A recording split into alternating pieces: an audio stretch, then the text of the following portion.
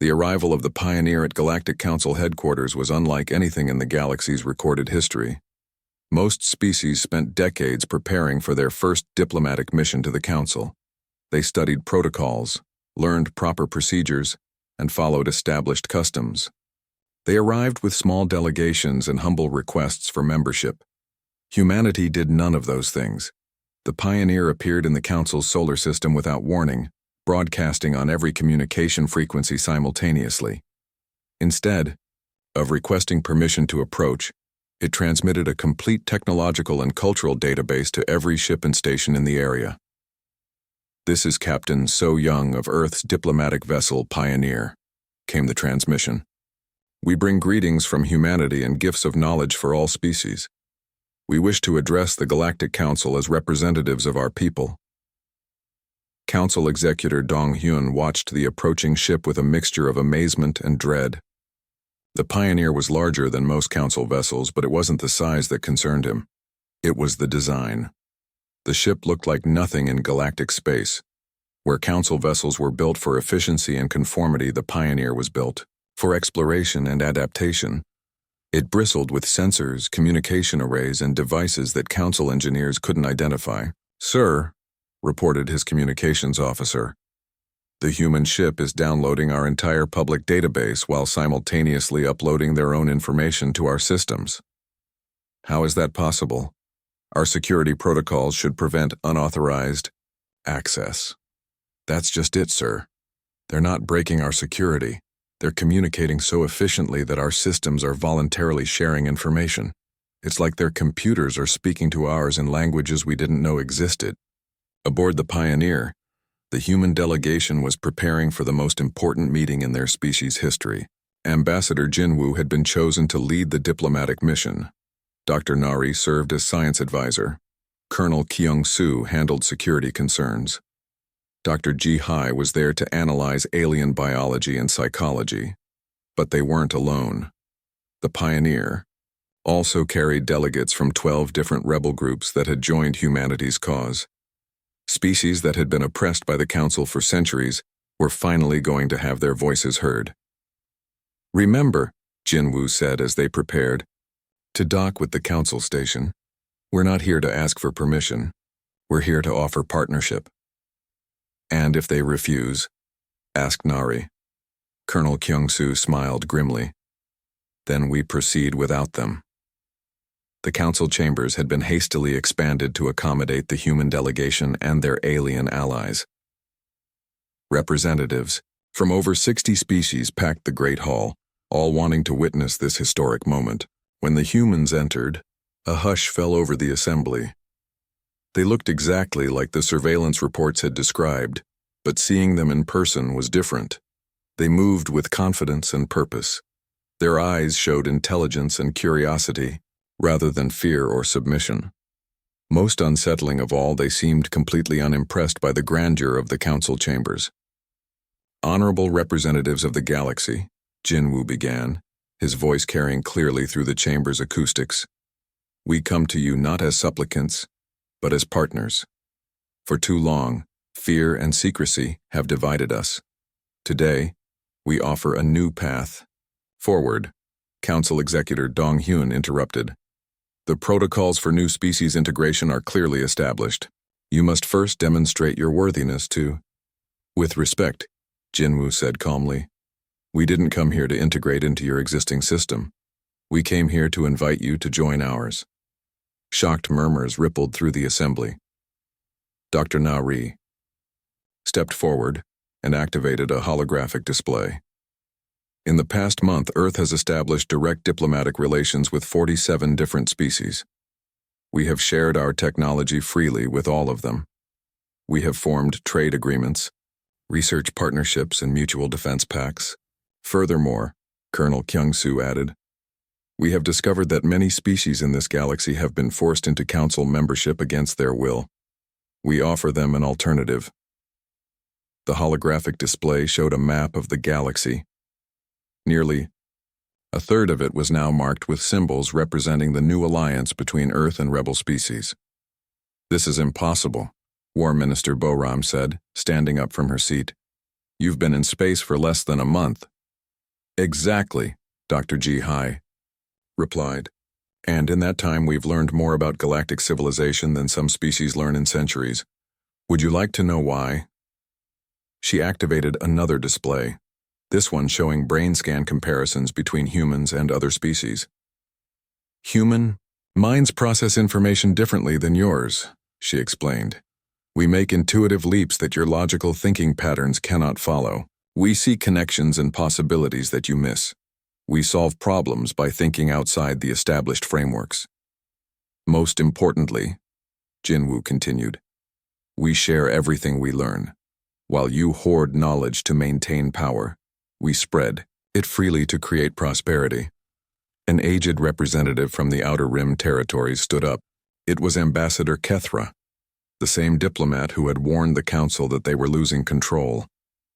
I have seen the human proposals, Kethra said. They offer something the Council never has: genuine equality. In their alliance, all species contribute according to their abilities and receive according to their needs.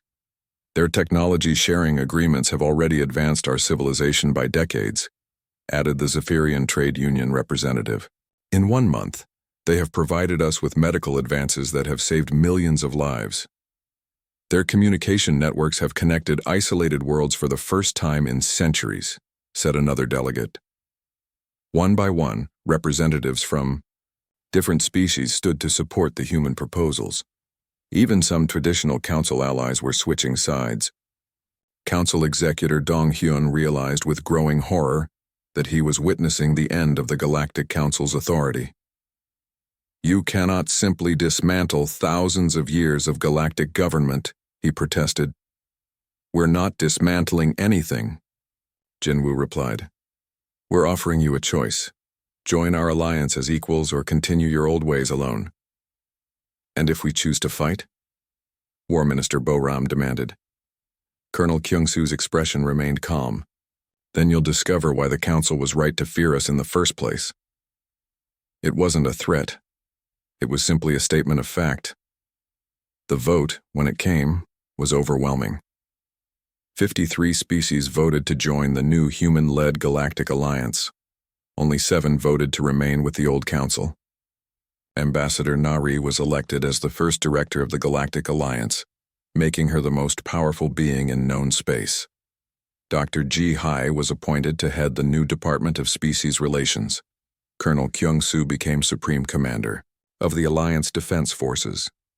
As for the monitoring station where it all began, Hee-jin was given a place of honor as the Alliance's first truth finder, responsible for uncovering other secrets the Council might have hidden. The galaxy that had existed for thousands of years in stagnant stability was gone forever. In its place was something new, a dynamic, growing alliance based on cooperation rather than control. On Earth, people watched the news broadcasts with a mixture of pride and amazement.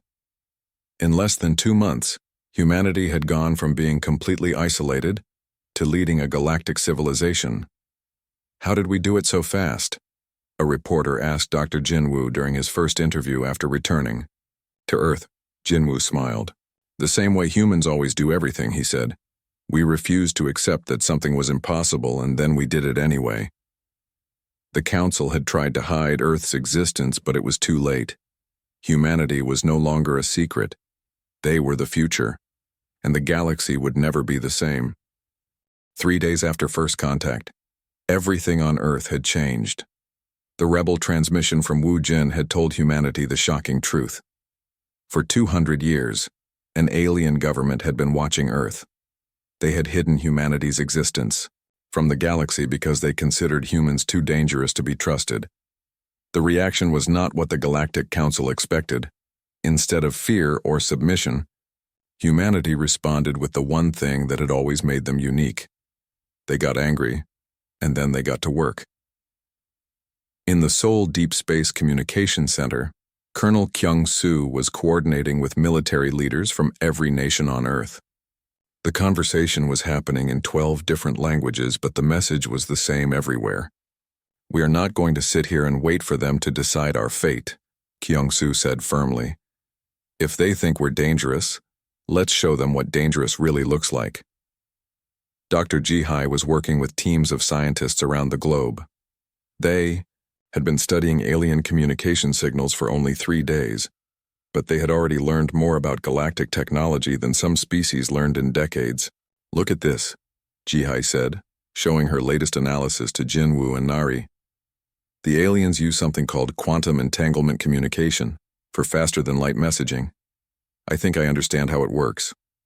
That's impossible, Nari said. Quantum entanglement communication should take decades to develop. Not for humans, Jihai replied with a smile. Remember what makes us different? We don't think like them. We don't follow their rules. She pulled up a diagram on her computer screen. They build their technology step by step, following logical progressions. But humans jump ahead. We see the end goal and work backwards. We take shortcuts that shouldn't exist. Jinwoo studied the diagram. How long would it take us to build a quantum entanglement communicator if we were following normal development paths? 20 years, Jihai said, but we're not following normal paths. Give me 2 weeks. Around the world, similar conversations were happening. Human engineers were reverse engineering alien technology from communication signals alone. Human physicists were solving problems that had puzzled galactic scientists for centuries. Human computer programmers were creating software that could interface directly with alien systems. Most importantly, humanity was working together in ways they never had before. The aliens made one big mistake, Colonel Kyung-soo explained during a global video conference with world leaders. They gave us a common enemy. For the first time in human history, every nation on Earth has the same goal.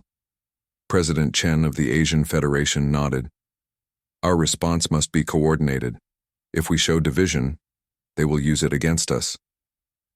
Agreed, said Prime Minister Johnson of the European Union. We propose a unified Earth government for dealing with alien contact, all nations contributing equally. The African Union supports this, added Chancellor Okafor. We also propose shared technology development. No nation keeps secrets from the others. Within a week, something unprecedented happened. Earth's government signed the Unity Accords, creating the first truly global human government. Not for conquest or control, but for survival and advancement. Meanwhile, alien intelligence reports were painting an increasingly alarming picture for the Galactic Council. They're doing the impossible, reported Agent Kelmore from his hidden observation post near Earth.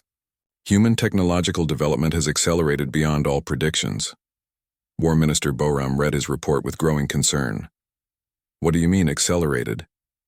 In 1 week, they have achieved breakthroughs that should have taken them decades.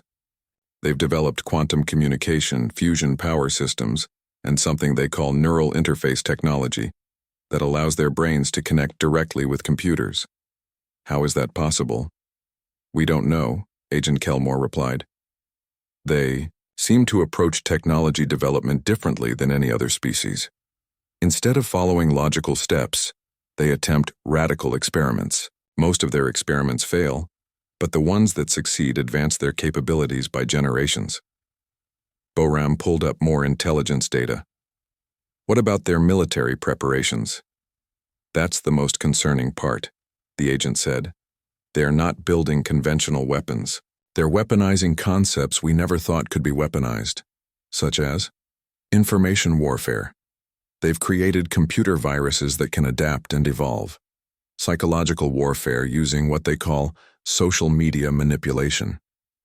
Economic warfare by disrupting trade networks. Even biological warfare using engineered bacteria. Most disturbing, the agent continued, is that they think of everything as a potential weapon. Their children's toys teach military strategy. Their entertainment includes detailed simulations of warfare. Their sports train them for combat situations. Boram felt a chill run down her spine. Recommendation? Immediate military intervention, Agent Kelmore replied, before they develop interstellar travel capabilities. But it was already too late for that option. Dr. Jihai had kept her promise. In exactly 2 weeks, Earth's first faster-than-light communication system came online. But it wasn't just a communicator. Human engineers had modified the design to serve multiple purposes. "We're not just talking to the galaxy now," Jihai announced proudly. "We're scanning it, learning about it, mapping it." The first thing humanity discovered was that the galaxy was much more divided than the Council wanted anyone to know. There were rebel groups on dozens of worlds, species that had been conquered and forced into Council membership. Entire civilizations that existed in secret, hiding from Council authority. They're not as united as they pretend to be, Colonel Kyung-soo realized. The Council rules through fear and secrecy, not strength. Jinwoo began sending messages directly to rebel groups across the galaxy, not as a representative of Earth's government but as a fellow rebel against tyranny. The response was immediate and overwhelming. Species that had been oppressed for centuries suddenly had hope. Rebel groups that had worked alone for generations began coordinating with each other.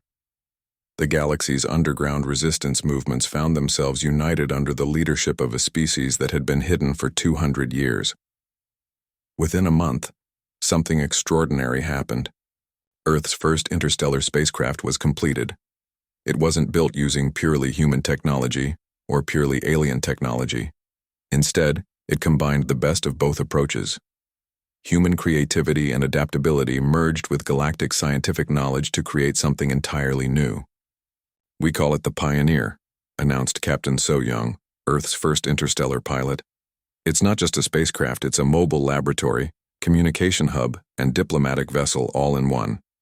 The Pioneer was designed to do what humans did: best adapt, explore, and make friends with everyone they met." As the ship prepared for its first journey to the galactic core, humanity sent one final message to the Galactic Council. "We are coming to meet you. Not as subjects requesting permission to join your galaxy, not as enemies seeking conquest, but as equals, ready to work together for a better future. We have much to offer and much to learn, but we will no longer be hidden or ignored." The message was signed by every government on Earth and transmitted to every inhabited world in the galaxy. Humanity was no longer Earth's secret. They were the galaxy's new reality. The news spread across the galaxy like wildfire. Within 6 hours, every major species in the galactic community knew about Earth. The signals from Sector 7 Alpha were too strong to hide, and too many monitoring stations had detected them. In the trading posts of the Outer Rim, alien merchants stopped their business to listen to the news. In the crystal cities of the core worlds, ancient species that had not spoken to each other for centuries suddenly began urgent communications. All across the galaxy, the same question was being asked: if Earth exists, what else has the Council been hiding? On the monitoring station Vigilant Eye, Hye-jin knew she was in serious trouble. Council security forces were already on their way. Tae-ho had warned her just in time. She had maybe 2 hours before they arrived to arrest her for violating security protocols. "You need to leave," Tae-ho said urgently. "Take all the data you can carry, the evidence of what we found." "Where can I go?" Hye-jin asked. "The Council controls everything." "Not everything," Tae-ho replied. He handed her a small data chip. "Contact this person when you reach the trade station. His name is Woo Jin. He leads a group that has been asking questions about Council secrets for years." Hye-jin looked at the chip. "A rebel group?" "Freedom fighters," Tae-ho corrected. "They believe the Council has been lying to the galaxy about many things. They just never had proof until now." Hye-jin gathered all her research data and copied it onto portable storage devices. Everything about the Earth signals. Everything about the classified files. All the evidence that proved the Council had been hiding an entire civilization. "What about you?" she asked Tae-ho. "I'll stay and try to delay them," he said. "Someone needs to buy you time to get this information to the rebels." As Hye-jin prepared to leave, new signals came through her communication station. Not from Earth this time, but from dozens of different alien civilizations across the galaxy. "Look at this," she said, staring at her screen. "Everyone is trying to contact Earth directly. The Zephyrian Trade Union, the Crystal Collective, the Void Wanderers, even species I've never heard of." Tae-ho nodded grimly. "The Council's worst nightmare," is coming true. They can't control first contact anymore. On Earth, chaos was breaking out at the Seoul Deep Space Communication Center. What had started as a simple research project between Jinwoo and Nari had suddenly become the most important place on the planet. Government officials, military leaders, and scientists from around the world were demanding access to the alien communications. "This is insane," Nari said, looking at the dozens of different alien signals now coming in. "Yesterday we thought we were alone in the universe. Today we're getting contact requests from over 30 different civilizations." Jinwoo was trying to manage the flood of incoming messages. Each alien species seemed to use a different communication method. Some sent mathematical concepts, others used pictographic languages. A few transmitted pure data streams that human computers could barely understand. "We need help," he said. "This is too much for just the two of us." That afternoon, the Korean government assigned additional personnel to the project. Colonel Kyung-soo arrived to handle security and military concerns. Dr. Ji-hai, a brilliant xenobiologist, came to help analyze alien biology from the communication patterns. "First things first," Kyung-soo said, taking charge of the situation. "We need to understand what we're dealing with. How many alien civilizations are out there? Are they friendly? Do any of them pose a threat?" Ji-hai was already working on that question. She had set up multiple workstations to analyze the different alien communications. "From what I can tell, there are hundreds of species in the galaxy, maybe thousands. They all seem to belong to something called the Galactic Council." "What's the Galactic Council?" Jinwoo asked. "Some kind of government that rules most of the galaxy," Ji-hai replied. "But here's the interesting part. Most of these aliens seem surprised that we exist. It's like they never knew Earth was here." Nari looked up from her communication station. "That matches what we've been seeing. Some of the messages are asking questions like, how long have humans existed, and why were we not informed of your presence?" Colonel Kyung-soo frowned. "That doesn't make sense. If they have a galactic government, surely they would know about every inhabited planet. Unless," Jinwoo said slowly, "someone deliberately hid us from them." The room fell silent as everyone considered this possibility. "But why would anyone do that?" Nari asked. Before anyone could answer, a new message came through the communication system. This one was different from all the others. It was written in perfect English. "To the humans of Earth, we are rebel forces opposed to the Galactic Council. We have evidence that your planet has been deliberately hidden from galactic society for 200 years. If you wish to know the truth, respond with your location coordinates." The message was signed, Wu Jin, leader of the Free Galaxy movement. Meanwhile, in the emergency session of the Galactic Council, panic was spreading like a disease. Council Executor Dong Hyun stood before the assembled representatives of 40 different species. All of them were angry. All of them were demanding answers. "For 200 years, shouted the ambassador from the Zephyrian Trade Union, you have told us that Sector 7 Alpha was empty. Now we discover it contains an advanced civilization. What else are you hiding from us?" "The classification was necessary for galactic security," Dong Hyun replied weakly. "Whose security?" demanded the representative from the Crystal Collective. "We have monitored these humans for the past day. Their technology is impressive. Their mathematics are advanced. They could have been valuable trading partners and allies." "You don't understand," War Minister Bo-ram interrupted, standing up from her seat. "These humans are not like us. They are dangerous." "Dangerous how?" asked the Void Wanderer delegate. Bo-ram activated a holographic display showing footage from the original Earth survey. "Watch this," she said. "This was recorded 200 years ago." The hologram showed human cities from centuries past, primitive by galactic standards, but bustling with activity and constant construction. "Notice their rate of development," Bo-ram continued. "In the time we observed them, they advanced their technology faster than any species in galactic history." She switched to more recent intelligence data. "Now look at them today. In 200 years, They have developed nuclear weapons, artificial intelligence, genetic engineering, and global communication networks. They went from horse-drawn transportation to spaceflight in less than a century. The assembled delegates murmured in amazement and concern. Most disturbing, Boram continued, is how they weaponize everything. They turned atomic energy into bombs. They turned computers into military command systems. They turned biology into biological weapons. They even weaponized their own psychology to improve their soldiers' performance. That still doesn't justify hiding them from us, the Zephyrian ambassador said. Doesn't it? Boram asked. What happens when beings this creative and aggressive develop interstellar travel? What happens when they bring their chaotic thinking to a galaxy that has been stable for thousands of years? Dong-hyun tried to regain control of the meeting. The decision to quarantine Earth was made by our predecessors for good reasons. Now, we must decide how to handle the current situation. The current situation, said a new voice from the back of the chamber, is that you no longer have control. Everyone turned to see who had spoken.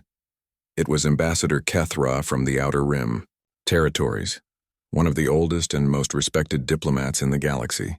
I have just received word, Kethra continued, that over 50 different species have made direct contact with Earth. They are no longer talking only to us. They are talking to everyone. That's impossible, Dong-hyun said. Is it? Kethra asked. These humans learned our mathematical languages in a matter of hours. They developed communication protocols with multiple species simultaneously. They are adapting to galactic contact faster than any species we have ever encountered.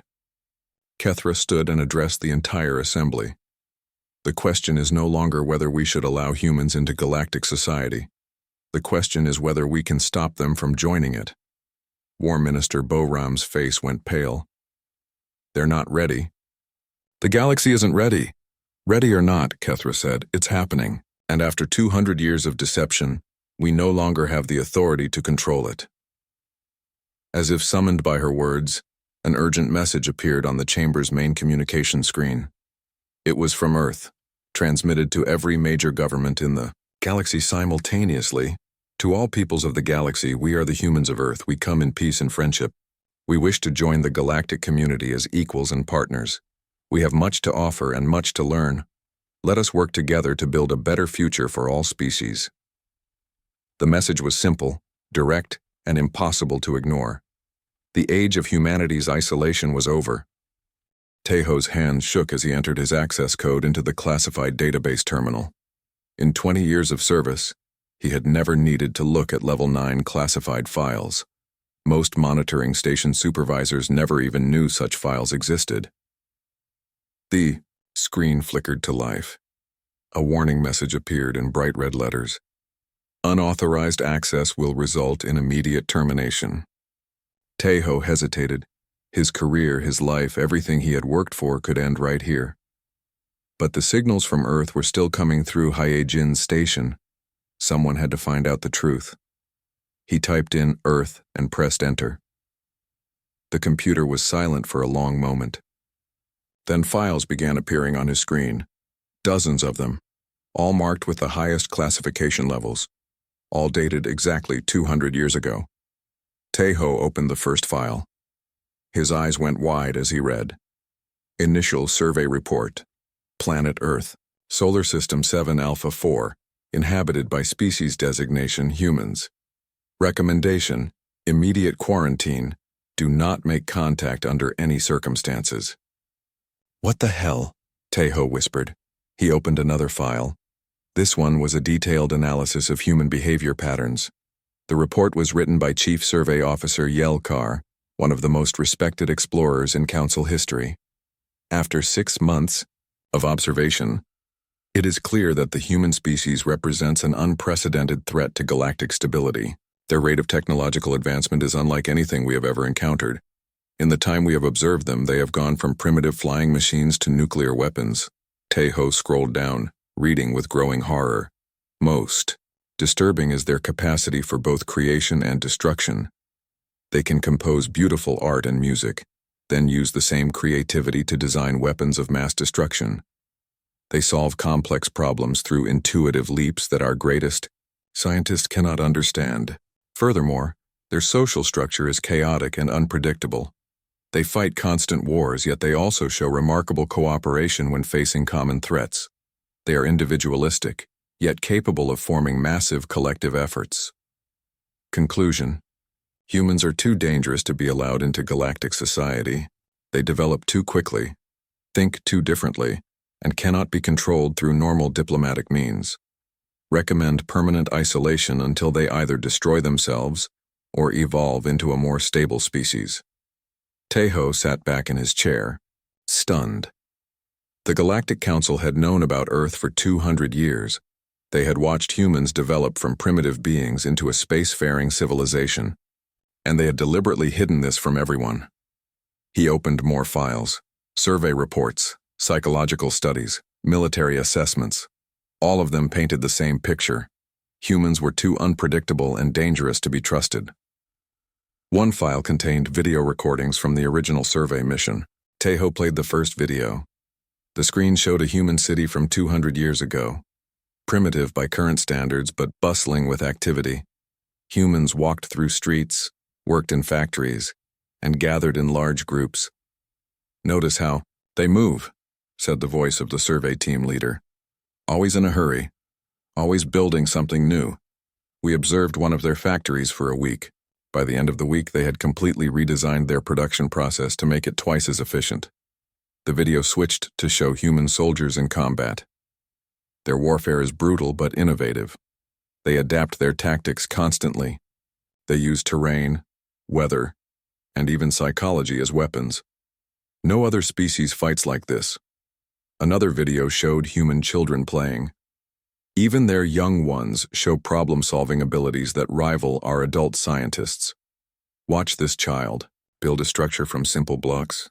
Tejo watched in amazement as a human child, no more than 5 years old, built a complex tower that should have been impossible with the materials available. "How did it know to do that?" the survey team leader asked in wonder. "We ran the calculations. That structure should collapse immediately." Yet somehow the child understood physics concepts that we teach to university students. The final video was the most disturbing. It showed humans responding to a natural disaster, an earthquake that destroyed part of their city. "Watch their response time," the narrator said. "Within hours, they have organized rescue efforts involving thousands of individuals. They work without central command, yet they coordinate perfectly. They adapt their plans constantly as new information becomes available. Most remarkably, they use this disaster as an opportunity to rebuild better than before. Instead of simply repairing the damage, they redesign their entire city to be stronger and more efficient." The video ended with a close-up of the survey team leader's face. Recommendation: permanent quarantine. If humans ever reach space, they will change everything. The galaxy as we know it will cease to exist. Meanwhile, on Earth, Jinwoo was beginning to sense that something was wrong. He sat with Nari in the Seoul Deep Space Communications Center, reviewing the latest messages from their alien contacts. What had started as exciting mathematical exchanges was becoming increasingly strange. "Look at this message," Nari said, pointing to her screen. "We sent them information about our solar system. Basic stuff. How many planets, what type of star we orbit. Their response is odd." Jinwoo read the alien message. It was written in the mathematical language they had developed together, but the content was disturbing. "You say you orbit a G-type star with 9 planets. You say your planet is third from this star. This matches our records. We did not expect contact from your location. This is concerning." "Records?" Jinwoo said. "What records? We've never contacted anyone before today." Nari scrolled through more messages. "It gets stranger. Look at this one. Your mathematical concepts suggest advanced understanding. Your technology level appears higher than expected. How long have your people possessed nuclear fusion?" "They act like they know about us already," Jinwoo said slowly, "like they've been watching us." "But that's impossible, right?" Nari asked. "If they knew about us, why didn't they make contact before now?" Jinwoo stared at the messages for a long time. A cold feeling was growing in his stomach. Maybe, he said quietly. They didn't want to make contact. Deep in the Galactic Council headquarters, Council Executor Dong Hyun was having the worst day of his career. He stood in his office, staring at an emergency report from the monitoring stations. 3 different stations had now detected the unauthorized transmissions from Sector 7 Alpha. The secret that the Council had kept for 200 years was falling apart. His communication device buzzed. "Sir," said his assistant's voice, "War Minister Boram is requesting an immediate meeting." "Send her in," Dong Hyun said grimly. Boram entered his office like a storm. She was a tall, fierce-looking alien with red skin and sharp teeth. She had been arguing for military action against Earth for 50 years. "I told you this would happen," she said without greeting. "I told the Council that isolation was not enough. We should have acted when we had the chance." "The situation is under control," Dong Hyun lied. "Under control?" Boram laughed harshly. 3 monitoring stations have detected them. That means at least a dozen species now know Earth exists. How exactly is that under control? Dong Hyun sat down heavily. "What do you recommend?" "Immediate military response," Boram said. "Before they develop interstellar travel. Before they spread beyond their solar system. You want to destroy an entire civilization?" "I want to protect the galaxy," Boram replied. "Read the original survey reports. These humans are not like us. They don't think like us. They can't be reasoned with or controlled. If they reach space, they will upset the balance of power that has kept the galaxy stable for thousands of years." Dong Hyun accessed his computer and pulled up the latest intelligence reports. "According to our analysis, they're still decades away from interstellar travel." Boram shook her head. "According to our analysis, they should still be using stone tools. They've surprised us before. They'll surprise us again." She leaned forward, her voice becoming urgent. "Dong Hyun, in the past 200 years, humans have gone from horse-drawn carts to nuclear weapons, from basic mathematics to quantum physics, from tribal societies to global communication networks. Other species have advanced quickly before." "Not like this," Boram insisted. "Look at the data. The average species takes 10,000 years to develop space travel from their first use of fire. Humans did it in 5,000, and they're accelerating." Dong Hyun's communication device buzzed again. This time the message made his blood run cold. "Sir, we're receiving reports from monitoring stations across 3 sectors.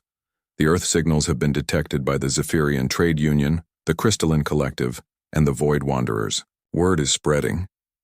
Boram smiled grimly. "It's too late for containment, Dong Hyun. The galaxy knows Earth exists now. The question is, what are we going to do about it?" Dong Hyun stared out his office window at the stars beyond. Somewhere out there on a small blue planet, humans were taking their first steps into a galaxy that had spent 2 centuries trying to forget they existed. The secret was out, and everything was about to change. The monitoring station Vigilant Eye floated silently in the darkness of space. It was one of hundreds of stations that watched the empty regions of the galaxy. These stations had one simple job: make sure nothing was out there that should not.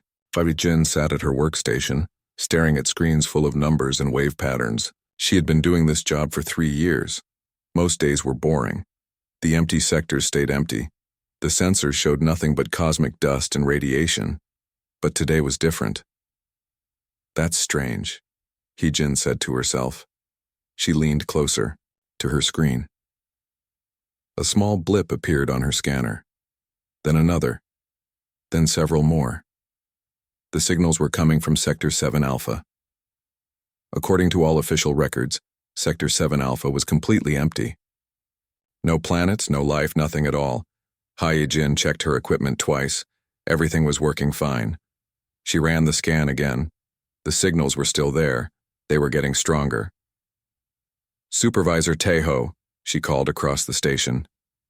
"I need you to look at something." Taeho walked over slowly. He was an older alien with gray skin and tired eyes. He had been working on monitoring stations for 20 years. He had seen every kind of equipment failure possible. "What is it now, Hyojin?" he asked with a sigh. "I'm getting signals from Sector 7 Alpha," she said. "Multiple signals, they look like communications." Taeho looked at her screen and frowned. "Run a diagnostic check on your equipment." "I already did. 3 times. The equipment is fine." "Then it's interference from a nearby star system," Taeho said. "It happens sometimes." But Hyojin shook her head. "No, sir. I checked that too. These signals are not natural. They have patterns, mathematical sequences. They look like someone is trying to communicate." Taeho stared at the screen for a long moment. The signals were indeed strange. They had structure, purpose. They looked like the kind of signals that intelligent beings would send.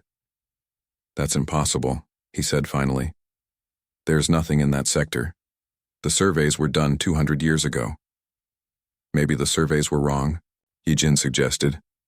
"The surveys are never wrong," Taeho said firmly. But his voice sounded less sure than his words. Far away, on a small blue and green planet, Dr. Jinwoo was having the best day of his life. The Seoul Deep Space Communication Center was buzzing with excitement. After months of sending signals into space, they had finally received an answer. Not just any answer, a complex, intelligent response that proved they were not alone in the universe. "Jinwoo, come look at this," called his research partner, Nari. She was standing at the main communication console, her eyes wide with amazement. Jinwoo rushed over. On the screen was a mathematical equation, but it was not any equation from Earth. The symbols were different. The structure was alien. Yet, somehow Jinwoo could understand what it meant. "They're teaching us their number system," he whispered. "This is incredible." For the past 6 months, Jinwoo and his team had been sending simple mathematical signals into space. Prime numbers, basic equations, the kind of universal language that any intelligent species should understand. Today, for the first time, someone had answered back. "How long have they been responding?" Jinwoo asked. "About 2 hours, Nari replied. "And look at this. They're not just copying our signals. They're building on them, adding complexity. It's like they're trying to show us how advanced they are." Jinwoo felt his heart racing. This was the moment that would change human history forever. First contact with an alien civilization. He sat down at the communication station and began typing. He sent a more complex mathematical sequence, a proof of the Pythagorean theorem using their symbol system. The response came back in less than 5 minutes. Not only did the aliens complete his proof, but they also sent back 3 different ways to solve the same problem. One of the methods was completely unknown to human mathematics. "My God," Jinwoo breathed. "They're not just intelligent, they're far more advanced than us." Back on the Vigilant Eye, Hyojin was becoming more worried by the minute. She had been monitoring the signals for 4 hours now. They were definitely communications between 2 sources. One set of signals was simple and basic. The other was incredibly complex and sophisticated. "Taeho, you need to see this," she said urgently. Taeho came back to her station. He had been trying to ignore the situation, hoping it would go away. But the signals were getting stronger and more frequent. "What now?" he asked. "I've been analyzing the signal patterns," Hyojin explained. "There are 2 different sources talking to each other. One is sending simple mathematical concepts. The other is responding with much more advanced mathematics. So it means there are 2 different civilizations in contact with each other, and one of them is in Sector 7 Alpha, which is supposed to be empty." Taeho felt a cold feeling in his stomach. He had been working for the Galactic Council long enough to know that empty sectors stayed empty for a reason. "Maybe it's just travelers passing through," he suggested weakly. Hyojin shook her head. "No, sir. I tracked the source of the weaker signals. They're coming from a fixed location, a planet." "What planet?" Taeho asked, though he was afraid to hear the answer. Hyojin pulled up a star chart on her screen. She pointed to a small yellow star in the middle of Sector 7 Alpha. "That one," she said. "And according to my analysis, the beings there call their world by a specific name." "What name?" Hyojin looked at him with frightened eyes. "They call it Earth." Taeho felt the blood drain from his face. Earth. He had heard that name before, long ago in classified briefings that new monitoring station workers received. Earth was a forbidden word, a name that was never supposed to be spoken. "Are you absolutely sure?" he whispered. "Yes, sir. The name appears in their transmissions over and over again." Earth. Tejo sat down heavily in a nearby chair. His hands were shaking. In 20 years of service, nothing like this had ever happened.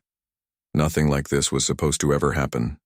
"Heejin," he said quietly, "I need you to stop monitoring those signals immediately."